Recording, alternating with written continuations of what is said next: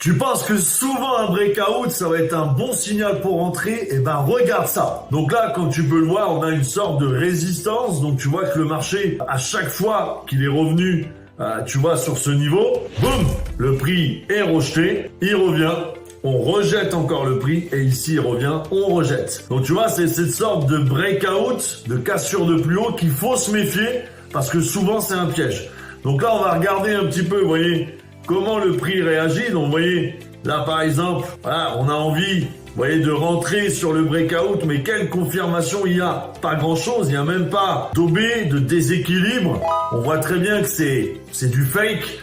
Et vous voyez que si vous rentrez et que vous ne faites pas attention, bah regardez derrière, boum, le retour de manivelle, comme on dit, vous voyez qu'on réintègre au final le breakout, donc aucune confirmation pour entrer en achat. Le marché, qu'est-ce qu'il a fait derrière? Bah, il a fait un gros sweep, vous voyez ici, bah, de la liquidité, ok, et vous voyez, bah forcément, il n'y avait pas vraiment d'entrée en achat. Par contre, qu'est-ce qu'on peut repérer ici? On peut repérer tout simplement, pour éviter et pouvoir rentrer quand même en achat sur le marché, bah on va repérer tout simplement une zone pertinente. Et on en a une ici, regardez. On a voilà, cette OB, ok, qui pour moi n'a pas encore été retracée. On a bien ici notre busy, vous voyez, qui a forcément donné déjà un premier mouvement. Et moi, ce que je vais attendre, c'est qu'on retrace dans l'OB, ok?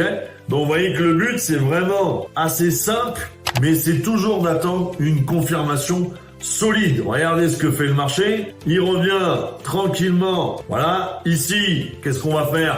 On va se placer forcément sur les 0,50 de l'OB. On se met, vous voyez, derrière les plus bas, et le but après, c'est d'aller chercher un minimum de ratio de 1 pour 2. On va regarder ce qui se passe, voilà. Vous voyez qu'ici, boum, on vient, voilà, et on vient chercher et l'OB et le fair value gap. Voilà, on avait mis ça là, mais vous voyez bien que le but, c'était de rentrer juste ici.